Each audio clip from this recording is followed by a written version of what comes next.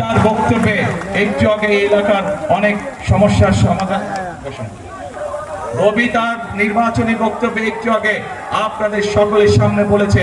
কিভাবে রবি নির্বাচিত হলে এই এলাকার সমস্যার সমাধান করবে, মানুষের সমস্যার সমাধান করবে। ইনশাআল্লাহ রবির সাথে আজকে আমিও আপনাদেরকে বলে যাচ্ছি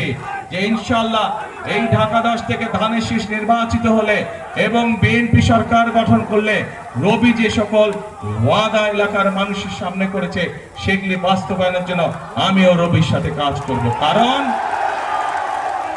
বক্তব্যের শুরুতেই বলেছে আপনাদের সাথে ঢাকা 10-এর সাথে কিন্তু আমার আত্মীয়তার সম্পর্ক আছে, কাজে আমারও দায়িত্ব এই এলাকার মানুষের যে সমস্যার সমাধানগুলো আছে, জলবদ্ধতা হোক, এই ধানমন্ডি লেকের সমস্যা হোক, বিভিন্ন আইন শৃঙ্খলা সমস্যা, প্রত্যেকটি সমস্যা ইনশাআল্লাহ আমিও রবির সাথে দেখভাল করবো এই এলাকা।